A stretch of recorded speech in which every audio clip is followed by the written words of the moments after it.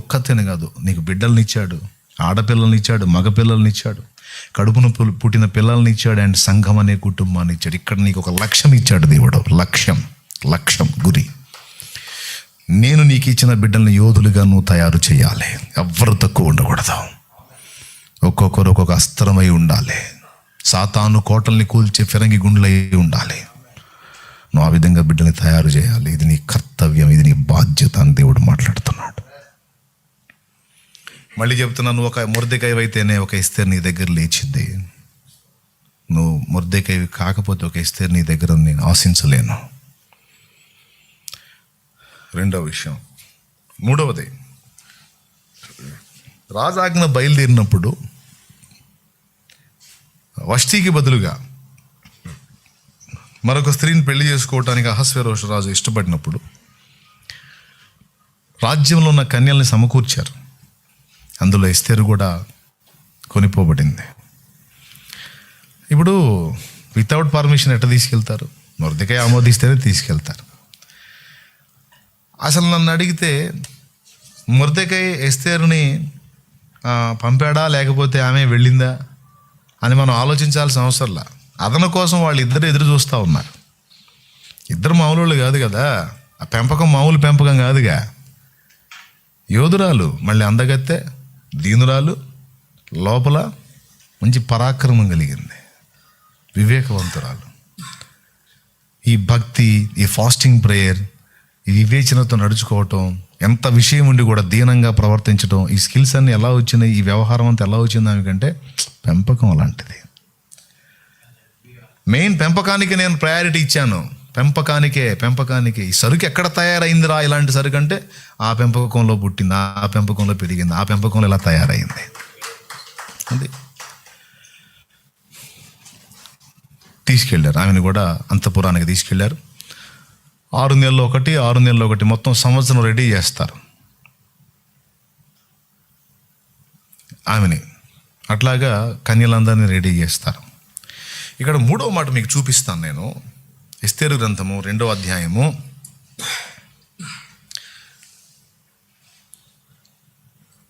'ఆమె వెళ్తున్నప్పుడు ఒక మాట అన్నాడు ఆయన. ఎస్తేరుని తీసుకెళ్తున్నప్పుడు, అక్కడికి అంతఃపురానికి పంపుతున్నప్పుడు ఒక మాట అన్నాడు. నువ్వు లోపలికి వెళ్ళిన తర్వాత నీ బ్యాక్గ్రౌండ్ అడుగుతారు, నువ్వు చెప్పొద్దు. ఎందుకంటే మనం ఇక్కడికి బానిసలుగా వచ్చాం. నువ్వు బానిస పిల్లవి అని తెలిస్తే వాళ్ళు నిన్ను తృణీకరించవచ్చు, నిన్ను అవమానపరచవచ్చు, నీ తోటి కన్యలు నిన్ను ఆరడిపరచవచ్చు, లేదా నీకు అంతఃపురంలో ఉపచారం చేసేవాళ్ళు బానిసదానివా నువ్వు అని నిన్ను తృణీకరించవచ్చు, ఏమైనా కావచ్చు. కాబట్టి నీ వంశమును, నీ జాతిని తెలపొద్దిస్తేరన్నాడు. అలాగే అని వెళ్ళింది. చెప్పలేదుగా, చెప్పలా. తన జాతిని, తన వంశాన్ని చెప్పలా. ఏ చెప్పాడో అది అలాగ పట్టేసుకుని చూసారా.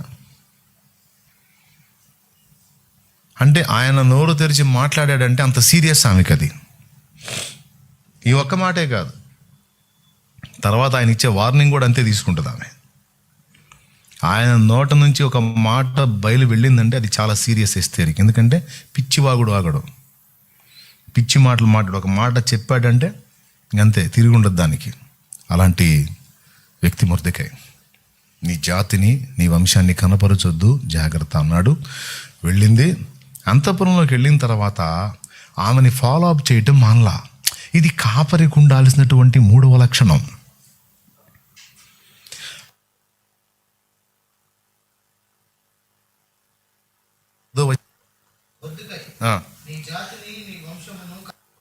మొర్దెకాయ్ చెప్తున్నాడు ఎస్తేరుకి, నీ జాతిని, నీ వంశమును నువ్వు కనపరచకూడదు అని ఎస్తేరుకి ఆజ్ఞాపించాడు. చెప్పలేదు. ఓకే. ఎస్తేరు ఎలాగుండెనో అదియు, ఆమెకి ఏమి సంభవించనో అదియు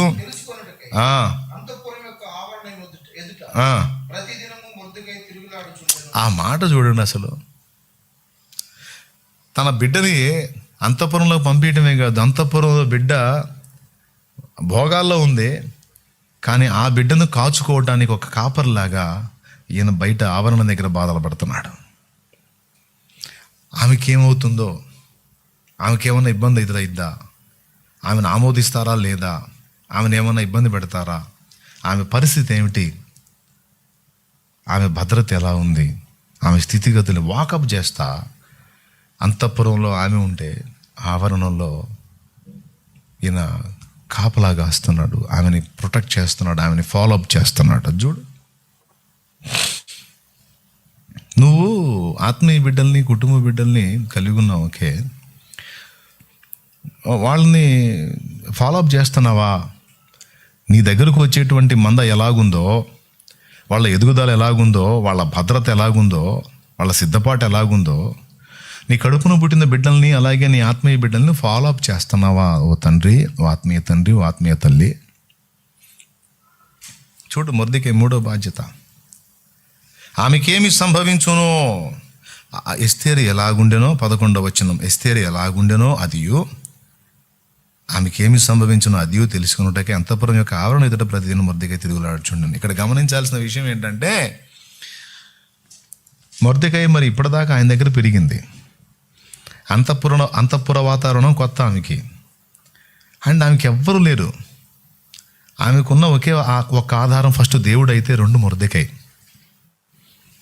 అందుకని అంతఃపురంలో ఆమె ఉండి అప్పుడప్పుడు చూస్తూ ఉంటే ఆవరణంలో కనపడి చెయ్యూపుతున్నాడు, నేను ఇక్కడే ఉన్నాను రా తల్లి, భయపడద్దమ్మా అని. ఇస్తే నిన్ను వదిలేశాను అనుకున్నావమ్మా? నేను వదిలిపెట్టి వెళ్ళిపోయాను అనుకున్నావా?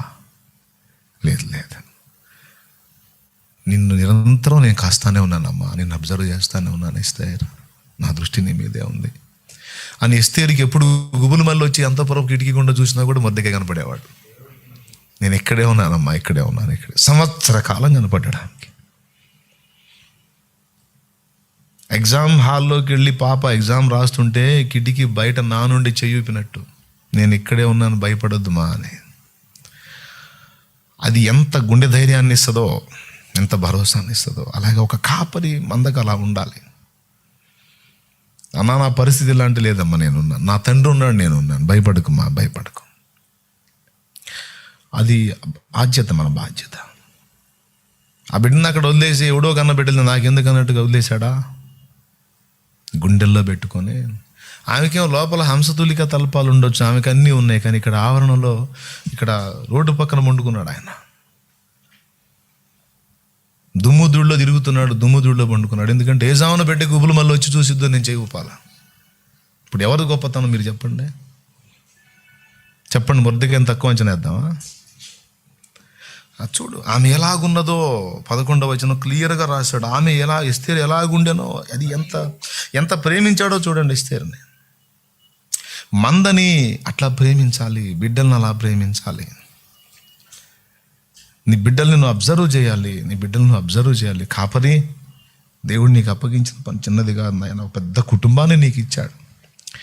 4 పిల్లలు కాదు నాయన, నీకు 2 పిల్లలు కాదు, ఒక బిడ్డ కాదు నాయన, నీకు 50 మంది ఆత్మల్ని ఇస్తే 50 మంది పిల్లలు నాయన. నీకు పెద్ద కుటుంబానికి తండ్రి నాయన, నువ్వు పెద్ద కుటుంబానికి తల్లివమ్మా నువ్వు. ఆమె ఎలాగుండెనో, నా బిడ్డ ఎలాగుందో మీరు చెప్పండి. ఏ తల్లిదండ్రి అయినా హాస్టల్లో చేర్చిన పిల్లల దగ్గరికి ప్రతిరోజు పోయి కనబడతారా? వారానికి ఒకసారో, నెలకు ఒకసారో, కొంతమంది నెలకు ఒకసారి పోతారు.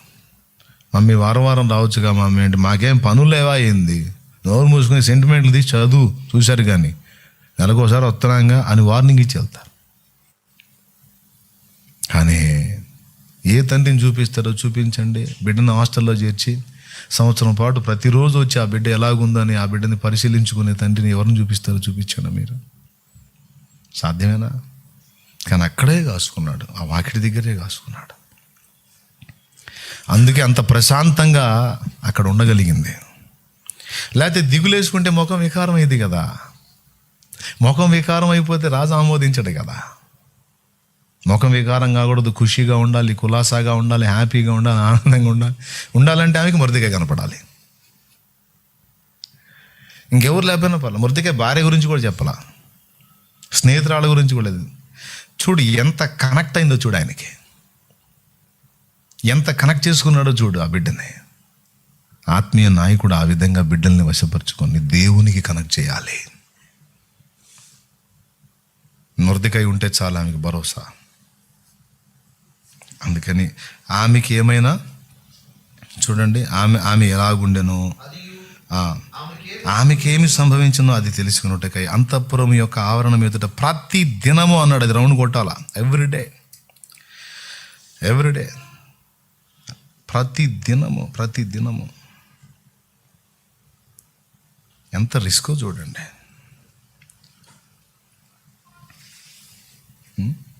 కన్నతండ్రికి అంత చిత్తశుద్ధి ఉండదు, కన్నతండ్రికి అంత చిత్తశుద్ధి ఉండదు. పినతండ్రి కూతుర్ని పెంచుకొని ఎంత ప్రేమించాడో చూడు. ప్రేమ ఆ ప్రేమను బట్టి యేసయ్య మనల్ని వదిలిపెట్టట్లా, ఒక క్షణం కూడా వదలలా ఆయన. మొర్దెకై ప్రతి దినము నా యేసయ్య ప్రతి క్షణం మనల్ని ఫాలోఅప్ చేస్తా ఉన్నాడు. నా తల్లి నన్ను మరచినా, నా తండ్రి నన్ను విడచినా, నన్ను విడువని దైవమా, ఎడబాయని ప్రాణమా, నన్ను విడువని దైవమా, ఎడబాయని ప్రాణమా. ఎనీ టైం మనల్ని అబ్జర్వ్ చేస్తున్నాడు యేసయ్య. రైట్, అయిపోయింది దేవుని మహాకృపను బట్టి. ఇక్కడ కాపరి మందని ఎలా ఫాలోఅప్ చేయాలో ఇక్కడ మొర్దెకై చూపిస్తున్నాడు. ప్రతి దినము ఆత్మీయ బిడ్డల కోసం ప్రార్థించటం, ప్రతి దినం ఆత్మీయ బిడ్డల కోసం చేతులు ఎత్తటం, ప్రతి దినం ఆత్మీయ బిడ్డల్ని ఫాలోఅప్ చేయటం, ముఖ్యంగా ఆత్మీయతలో దిగజారిన బిడ్డల్ని ఫాలోఅప్ చేయటం, కన్న బిడ్డల్ని ఫాలోఅప్ చేయటం, వాళ్ళని పలకరించటం, ఛాన్స్ ఉంటే వాళ్ళకి కనబడటం అనే ప్రతి కాపరి, ప్రతి నాయకుడు చేయాలి. ఇది మూడో విషయం. ఇలాగా చాలా మంచి విషయాలు ఉన్నాయి మొర్దెకై విషయంలో, ఏమండి. తర్వాత నాలుగవదిగా ఆమె అక్కడ ఓకే అయిపోయింది. ఆమె రాణి పదవి పొందింది, సంతోషం, గ్రాండ్ సక్సెస్. ఏదైతే అనుకున్నాడో అది జరిగింది. మన బిడ్డల్ని కూడా యేసయ్య ముందు, యేసయ్య పక్కన కూర్చోవడానికి తగిన విధంగా సిద్ధం చేసే బాధ్యత మనకి ఇవ్వబడింది. ఎలియాజరు బాధ్యత ఏంటంటే రెబెకాను తెచ్చి ఇస్సాకు అప్పచెప్పడం. మన బాధ్యత ఏంటంటే పరిశుద్ధాత్మ మన ద్వారా చేస్తున్న కార్యం ఏంటంటే మందను సిద్ధపరిచి యేసయ్య పక్కన కూర్చోవడానికి తగినట్టుగా ఆయత్తపరచటం, రాణ్యం చేయాల. మనకు అప్పగించబడ్డ బిడ్డలు ఎవ్వరు కూడా తక్కువ ఉండకూడదు. రారాజు యేసు పక్కన కూర్చోవాలా, శ్రేష్ఠులై ఉండాలి. అది పౌలు బాధ్యత. క్రీస్తు యేసునందు ప్రతి మనుషుని సంపూర్ణుని చేసి ఆయన ఎదుట నిలవబెట్టవలనని మేము ఇలా చేస్తున్నామన్నాడు. ఒకసారి బైబిల్ గ్రంథం తీయండి, కొలసై పత్రిక 1వ అధ్యాయము 28వ వచనం చూడండి. కొలసై 1:28. దైవజనుడా చూడు, దైవజనురాలా చూడు.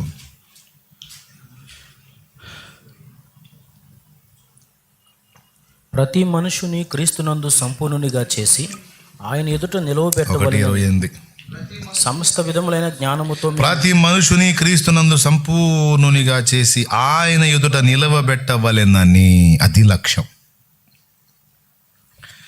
ప్రతి మనుషుడు, మనకు అప్పచెప్పబడ్డ ప్రతి ఆత్మ కూడా సంపూర్ణులై దేవుని ముందు నిలబడాలి.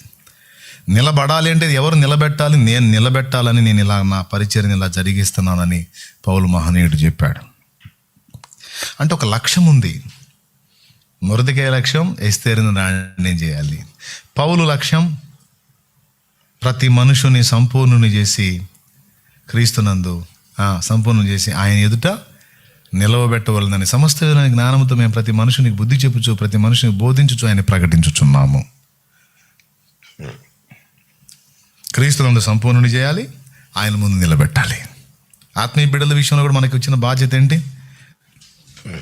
మన బిడ్డలకి చెప్పాలి, బిడ్డలారా మీరు సంపూర్ణులు కావాలి, మీరు ప్రయోజకులు కావాలి, పరిపూర్ణులు కావాలి, మీరు శ్రేష్ఠులు కావాలి, శ్రేష్టమైన అంతస్తులో మీరు ఉండాలి నా ప్రభు ముందు. నా ప్రభు, నేను నీకు ఇచ్చినటువంటి బిడ్డల్ని, నా బిడ్డల్ని నా కోసం బాగా పెంచావు నా కుమారుడా. వాళ్ళని చెడగొట్టలేదు, పాడు చేయలేదు. నేను ఏది ఆశించి నీకు ఆ మందను అప్పచెప్పాను, అందుకు తగిన విధంగా నా బిడ్డల్ని పెంచావు.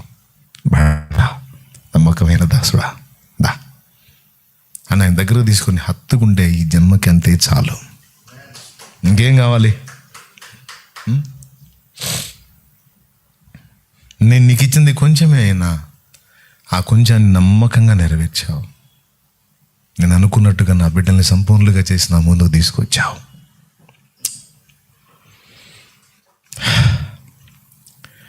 దేవుడు చేసిన పని ఇప్పుడు మనకు అప్పచెప్పాడండి. ఆదాము దగ్గరికి, ఆదాము గాఢ నిద్ర కలుగజేసి పక్కటి ఎముకను తీసి ఆ చోటును మాంసంతో పూడ్చి ఆ ఎముకను స్త్రీనిగా నిర్మించి ఆదాము దగ్గరికి తెచ్చినట్టే ఇప్పుడు సంఘం అనే స్త్రీని మనం కూడా సిద్ధపరిచి యేసయ్య ఎదుటికి తీసుకురావాల్సి వచ్చింది. చూడండి, కావాలంటే ప్రతి మనుషుని క్రీస్తు యేసునందు సంపూర్ణుడు చేసి ఆయన ఎదుట నిలవబెట్టాలని, ఆయన దగ్గరికి తీసుకురావాలి. ఎవరెవరు ఎలా సిద్ధపరిచారో చూస్తాడు రేపు. ఎవరికి అప్పచెప్పబడిన మంద ఏ విధంగా తయారైంది, వాళ్ళు ఎంత భక్తిగా ఉన్నారు, ఎంత ఆత్మీయంగా ఉన్నారు, ఎంత త్యాగంతో ఉన్నారు, ఎంత సమర్పణతో ఉన్నారు, ఎంత స్వస్థ బుద్ధితో ఉన్నారు, సత్యం విషయంలో ఎంత రోషం కలిగి ఉన్నారు, ఏ విధంగా ఉన్నారో ఆయన చూసి మెచ్చుకుంటాడు.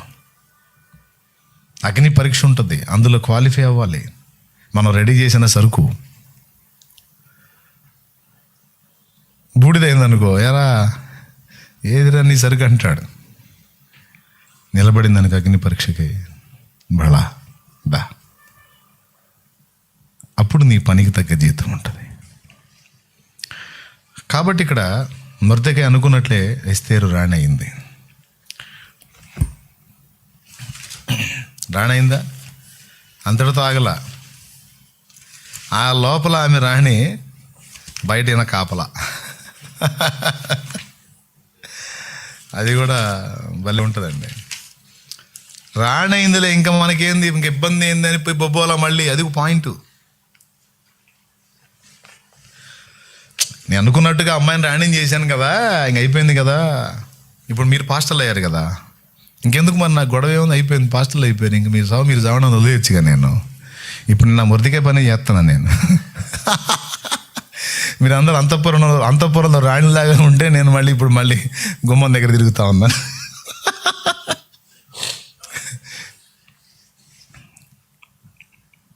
రాణి అయిపోయింది. రాజు తర్వాత రాణి మన అమ్మాయి, ఇంకేం పెత్తనం మందే అని పోయి ఇంట్లో బొబ్బోలా. అమ్మాయి రాణవ్వంగానే సరికాదు, హామానుగాళ్ళు ఉంటారని తెలుసు మొర్దెకైకి. ఎవరుంటారు? హామానుగాళ్ళు ఉంటారు, హామాన్ అమ్మలు ఉంటారు, హామాన్ అయ్యలు ఉంటారు. ఎక్కడ వచ్చేస్తారో తెలీదు. కష్టపడి రాణిగా పెంచి పెద్ద చేసి రాణి పొజిషన్లో పెట్టి మళ్ళీ అక్కడి నుంచి ఏడ లాగుతారో తెలియదు. అందుకని గుమ్మం దగ్గర కాసుకున్నాడు. ఒక కాపరి మందని ఎలా కాయాలి, ఎలా ఫాలో అప్ చేయాలి, మంద ఒక అంతస్తుకు చేరినాక ఇంకా జాగ్రత్తగా ఉండాలి. మంద కొద్ది స్థితిలో ఉన్నప్పుడు ఒకంత, మంద పరిపూర్ణతకు వచ్చే కొద్దీ, పరిపక్వతకు వచ్చే కొద్దీ, మనం అనుకున్న కొలతలోకి వాళ్ళు వచ్చే కొద్దీ ఇంకా జాగ్రత్తగా ప్రొటెక్ట్ చేయాలి, కాయాలి. ఇప్పుడు లోపల ఆమెకు బాధ్యతలు పెరిగినాయా? ఇప్పుడు రాణి ఆమె, ఇక్కడ ఈయన కాపలా.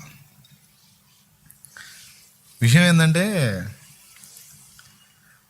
లోపల ఉన్న ఆమె ఈయన పినతండ్రి కూతురని అక్కడ ఉన్న వాళ్ళకి ఎవడికి తెలియదు. ఎంత వింత అంటే తను మరుగు చేసుకున్నాడు ఆయన. వాస్తవంగా ఆమె ఉన్న పొజిషన్లో, రాణి ఎవరో తెలుసా రాణి? మా అమ్మాయిరా, నా కూతుర్రా, తెలుసా? తెలుసుకోండి అంత తిప్పలా. అయ్యా నా వీడియో కనపడుతుందా మీకు? దేవునికి స్తోత్రం. తిప్పలా అసలు ఎవరో తెలియనట్టుగా కూర్చున్నాడు. అంతకుముందు ఎలాగా వాకిటి దగ్గర ఒక పరిచారకుడు ఉన్నాడు, ఇప్పుడు కూడా అంతే ఉన్నాడు. ఆమె పొజిషన్ మారింది, కానీ ఈయన ఆ పొజిషన్లోనే ఉన్నాడు. చాలా మంచి కొలతలండి మొర్దెకై దగ్గర. అతిశయపడవచ్చు, పెత్తనం చేయొచ్చు, ఓవర్ యాక్షన్ చేయొచ్చు, హడావుడి చేయొచ్చు. అసలే మామూలుగానే ఉన్నాడు. వాకిడి దగ్గర ఉండే వాళ్ళలో ఇతను ఒకడు అనుకున్నారు. అక్కడ ఉండే షండులు, ద్వారపాలకులైన షండులు, ద్వారం దగ్గర కాసే షండులు. ఓ రోజు ఇద్దరు మాట్లాడుకుంటారు. ఏం మాట్లాడుకుంటారంటే, ఎట్లన్నా ఈ రాజుగాడిని సాగుకొట్టాలరా. ఏదో మొత్తానికి వాళ్ళకి పాపం ఇబ్బంది కలిగింది, చంపేయాలనుకున్నారు, స్కెచ్ గీసుకున్నారు. ఈయన గుమ్మం దగ్గర ఉంటాడుగా, అందరితో మంచిగా ఉంటాడు, అందరికి తల్లో నాలుగులాగా ఉంటాడు. ఎలాంటి మనిషి అంటే, ఈయన మంచితనాన్ని బట్టి ఏదన్నా విషయం ఉంటే ఎవడైనా సరే వచ్చి చెబుతుంటాడు. ఏదన్నా విషయం ఉంటే ఈయన మంచితనాన్ని బట్టి ఎవడైనా సరే చెబుతుంటారు వచ్చి. అట్లాగా ఫలానా ఇద్దరు రాజును లేపేయాలనుకుంటున్నారు, ఇలా స్కెచ్, ఇది సంగతి, రాజు ప్రాణానికి ఎసురు పెట్టారు వీళ్ళు అని మొత్తానికి కూడా ఊదాడు. తెలుసుకున్నాడు. ఏంట్రా వాళ్ళు ఏందిరా, రాజు వస్తున్నా పోతున్నా, వాళ్ళ ముఖాలు మాడిపోతున్నా, ఏదో కోపంగా పెట్టుకుంటున్నారు. ఏంట్రా వాళ్ళు ఏందిరా అంటే, వాళ్ళు రాజుని చంపేయాలని స్కెచ్ గీస్తున్నారు అని చెప్పి అతనికి వినపడింది. ఒరే రాజు ప్రాణం తీస్తున్నారు. ఇంతకుముందు అడుగుట్టు రాజు, ఇప్పుడు మాకు బంధువు అయ్యాడు. దేవుని స్తోత్రం. వినండి. సరే, ఇప్పుడు అహస్వేరోషు ప్లేస్ ఎక్కడ ఉందంటే, ఎస్తేరు సంఘం అనుకుంటే అహస్వేరోషు అన్యుడైనప్పటికీ సంఘాన్ని చేర్చుకున్నాడు కనుక ఆ ప్లేస్ని మనం కాసేపు ప్రభువును పెట్టుకొని ఆలోచించుకుంటే, ప్రభువుకు నష్టం కలిగించాలని అన్యుడైనా క్రైస్తవుడైనా దేవుడు అప్పగించిన అధికారం అయితే ఎవడు పొందలేడుగా. అహస్వేరోషుకి ఆ ప్రభుత్వాన్ని అప్పగించింది దేవుడేగా, అవునా? కనుక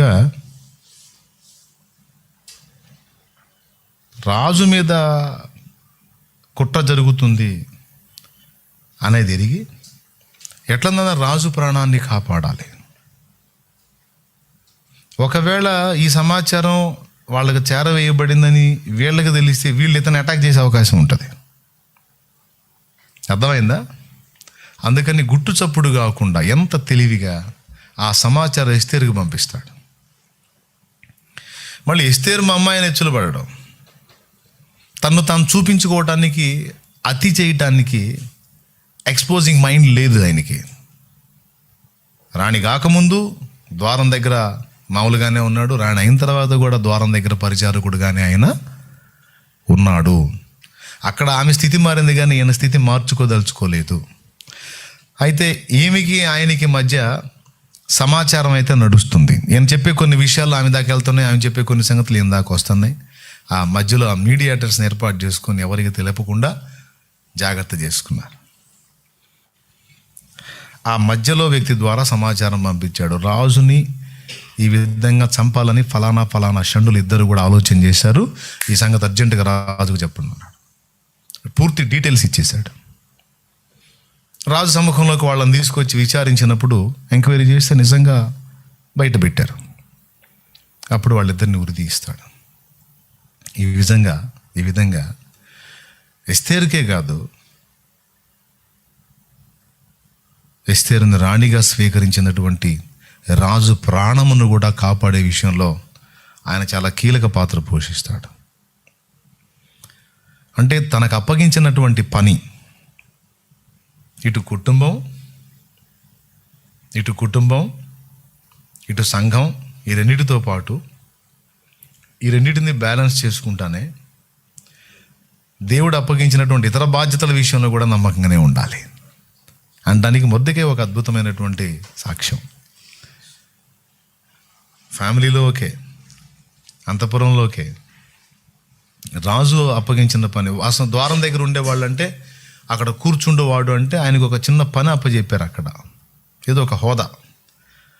అక్కడ నమ్మకంగా ఉండి రాజు ప్రాణాన్ని కాపాడతాడు. ఏమని సమాచారం ఇప్పిస్తాడంటే, మొర్దెకై అనేవాడి ద్వారా నేను ఈ సమాచారం తెలుసుకున్నాను అని చెప్పమ్మా అంటాడు. ఎందుకంటే ఇప్పుడు నీతో పాటు నేను కూడా ఎంటర్ అవ్వాలి రాజు దగ్గరికి. నీతో పాటు ఇప్పుడు నా ప్లేస్ కూడా అవసరం. నా పేరిట ఈ విషయం వెళ్ళినప్పుడు నేను కూడా కొంచెం అంతఃపురంలోకి ఎంటర్ అవ్వడానికి నాకు కూడా అవకాశం ఏర్పడింది అని ఎస్తేరును బట్టి గాక. ఇక్కడ పాయింట్ గమనించాలి. ఎస్తేరును బట్టి అంతఃపురంలోకి వెళ్ళొచ్చు, ఎస్తేరును బట్టి గాక. తను చేసినటువంటి కార్యాన్ని బట్టి తనంతట తనకుగా అక్కడ అవకాశం వచ్చేటట్టు మార్గాన్ని రెడీ చేసుకున్నాడు మొర్దెకై. అవునా? రైట్. తర్వాత ఆ పేరు మీదనే ఆ సమాచారం పంపించమన్నాడు. నిజంగా అలానే వెళ్ళింది. తీరా ఎంక్వైరీ చేస్తే నేరం నిర్ధారణ అయింది. వాళ్ళిద్దరిని, ఆ షండులు ఇద్దరిని కూడా ఉరితీయటం జరిగింది. రాజుగారి సమాచార గ్రంథంలో ఇది రాయబడింది. ఓకే, సరే అయిపోయింది. ఎన్నైనాయి? 4 అయినాయి. రాజు ప్రాణాన్ని కాపాడాడు. ఇక్కడ యేసయ్య మహిమను, యేసయ్య పనిని, పరిచర్యను, యేసయ్య రాజ్య విస్తరణను అడ్డగించే దుష్టశక్తులను ఎదిరించి మనం ఆయన పనిని, ఆయన మహిమను, ఆయన రాజ్య విస్తరణను మనం సేవ్ చేసుకోవాలి, కాపాడాలి. ఇది మనకు దేవుడు అప్పగించినటువంటి పనుల్లో మరొకటి. మనం గమనించాలి, కేవలం మనకిచ్చినటువంటి పరిచర్య, మనకిచ్చిన కుటుంబమే కాదు, సార్వత్రిక సంఘమంతా కూడా మన ప్రభువుదే. మొర్దెకై వంగల మొక్కల. ఇది ఎన్నవదా? 5వదా? ఇక్కడ పాఠం ఏంటంటే, లోకములో ఎన్ని అధికారాలైనా ఉండొచ్చు, లోకములో మనుషులు ఎంత గొప్పవాళ్ళైనా అయి ఉండొచ్చు గాక, నేను నా దేవునికే మొక్కి ఆయనకే నమస్కారం చేస్తాను కానీ అన్యమైన దానికి నేను మొక్కను, నమస్కరించను, చెయ్యి చాపను.